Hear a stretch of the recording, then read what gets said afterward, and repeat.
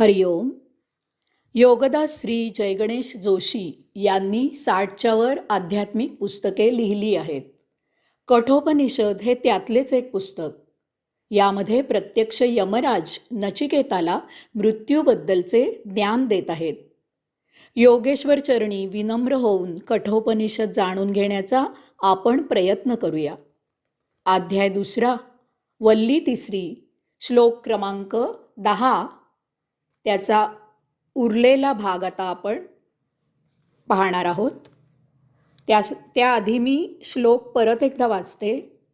यदा पश्चावतिष्ठन्ते ज्ञानानि मनसा सह बुद्धिश्च न विचेष्टति तामाहु परमां गतिम. आता उरलेला भाग मी वाचते. यमराज सांगत आहेत की ज्यावेळी पंच ज्ञानेंद्रिये मनासह स्थित होतात, साधकाची आध्यात्मिक ध्यानयोग साधनेने पंच ज्ञानेंद्रिये आणि मन आपल्या नित्य कार्यापासून निवृत्त होतात, तेव्हा ती शांत होतात, स्थित होतात, स्थिर होतात. जीवन हा देहादी इंद्रियांच्या कर्माचा वाहता प्रवाह आहे.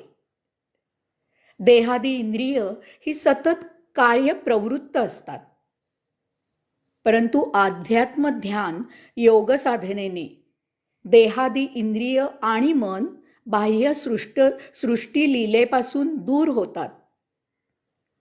अशी ती दूर झाली की ती बाह्य गोष्टींपासून अप्रवाहित होतात, परंतु ती पूर्णपणे अप्रवाहित राहू शकत नाही. त्यामुळे ती आत्मप्रवाहित होतात. त्यांना याशिवाय दुसरा काही मार्ग राहत नाही. ते कसे होते ते एक उदाहरण घेऊन पाहूया.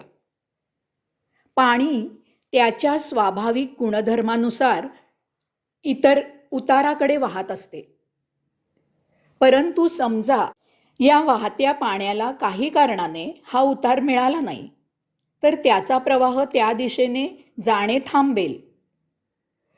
उदाहरणार्थ, समजा त्या पाण्याच्या प्रवाहाच्या मार्गात एक खड्डा आला, तर त्या पाण्याचे वाहणे बंद होऊन पाणी त्या खड्ड्यात साचू लागेल.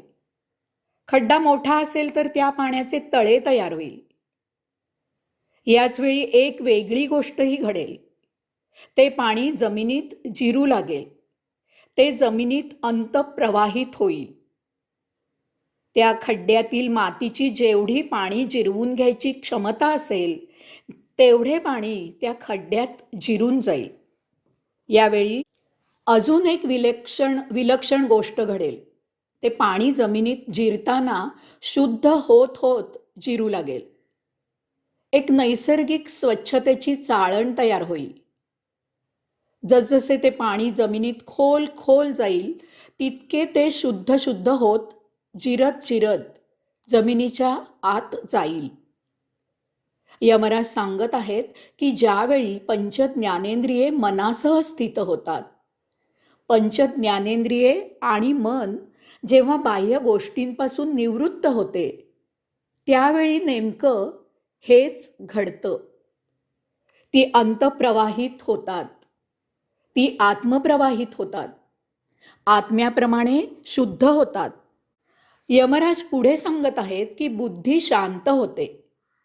हेही पाहण्यासारखं आहे. ज्ञानेंद्रिय आणि मन अंतःप्रवाहित होऊन आत्मप्रवाहित झाल्यावर बाह्य ज्ञान ग्रहण होणे थांबते. स्वाभाविकच ज्ञानग्रहण न झाल्यामुळे बुद्धीला विश्लेषण करायला काही माहितीच मिळत नसते. त्यामुळे वास्तविक बुद्धी कर्मरहित व्हायला पाहिजे, परंतु तसे होत नाही. जेव्हा बुद्धीला बाह्य ज्ञान मिळत नाही, तेव्हा बुद्धी अत्यंतिक टोकाच्या 2 गोष्टी करू लागते. एक म्हणजे ती झोपा काढू लागते किंवा नसत्या उचापती करू लागते. जर बुद्धी झोपा काढू लागली तर माणूस आळशी होतो, तो निष्क्रिय होतो. बुद्धिवान व्यसनाच्या आहारी जातात. यामागे हे कारण प्रामुख्याने असते.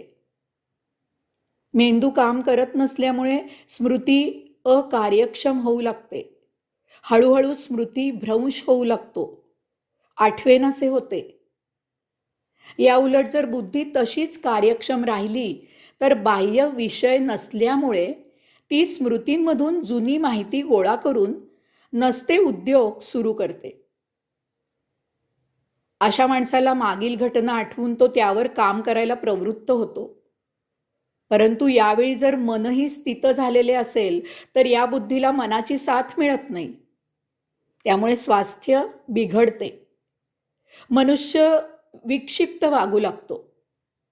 एवढ्यासाठीच यमराज ज्ञानेंद्रिय आणि मन याबरोबर बुद्धीही स्थित झाली पाहिजे असे सांगत आहेत. ज्ञानेंद्रिय आणि मन यासह बुद्धीही अंतःप्रवाहित आत्मप्रवाहित झालेली असली पाहिजे. यासाठी मी सुचवत असलेली योगसाधना उपयुक्त होते. प्राणायामाने देहादी इंद्रिय आणि मन स्थिर होते. ओंकार साधनेने शरीरात ऊर्जा तयार होऊन स्पंदन तयार होतात.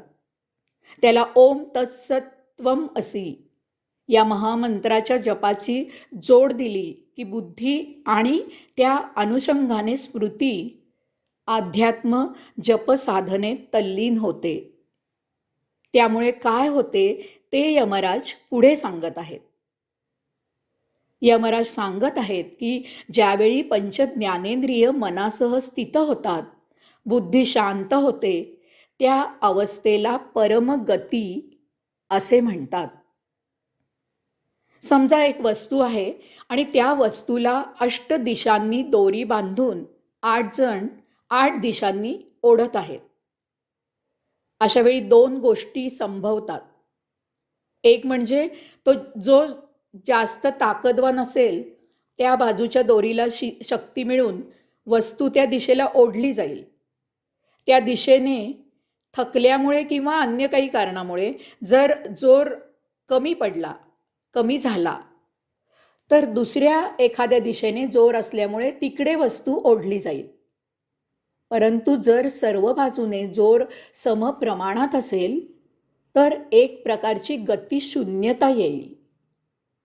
त्यामुळे जोर असूनही वस्तू ज्या जागी असेल त्याच जागी स्थित राहील. माणसाच्या आयुष्यात असेच घडते. इंद्रिय, मन, बुद्धी सर्व बाजूने माणसाचं जीवन प्रवाहित करत असतात. देहादी इंद्रिय, मन, बुद्धी माणसाला जीवन जगायला सर्व बाजूने गतिमान करत असतात. जिकडे आकर्षण जास्त तिकडे माणूस गतिमान होतो, धावत सुटतो. भौतिक उपभोग घेत राहतो. चौफेर भोग निर्माण करत राहतो, संचित करत राहतो. परंतु साधकाच्या बाबतीत एक दिवस समत्व येते. सर्व बाजूने गती समप्रमाणात तयार होते. सर्व बाजूने गती सम असल्यामुळे आयुष्य समतोल जगलं जातं. उपभोग घेत असूनही भोग निर्माण होत नाहीत. गती असूनही गतिशून्यता येते. यामुळे आयुष्य शून्यावर आत्मकेंद्रित होते. गती असल्यामुळे आत्मयात्रा सुरू होते. यालाच यमराजांनी परमगती असे म्हटले आहे. परम म्हणजे परमेश्वराकडे, योगेश्वराकडे नेणारी गती. परम म्हणजे मूळ, आदी, अनादी गती. अध्यात्म योग साधनेने देहादी इंद्रियांची ऊर्जा अत्यावश्यक तेवढीच बाह्य विषयात प्रवाहित होते. इतर वेळी ती संचित होते, आत्मप्रवाहित होते, मुक्तिप्रत घेऊन जाते. हरिओम.